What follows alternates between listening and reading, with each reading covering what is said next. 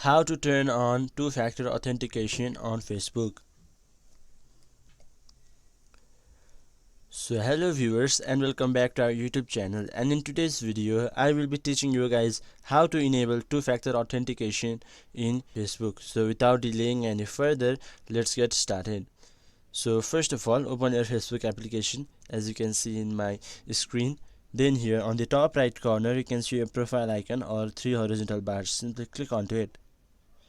Then here just beside the search bar you can see a setting icon. Simply click onto it. Then here you can see many options. Simply click on privacy checkup.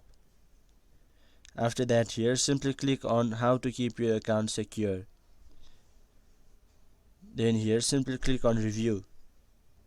Then here simply click on skip. Again click on next. Then here simply click on get started. After that simply click on continue, and then further just follow the on-screen instructions. Then you are good to go. You will successfully enable your two-factor authentication.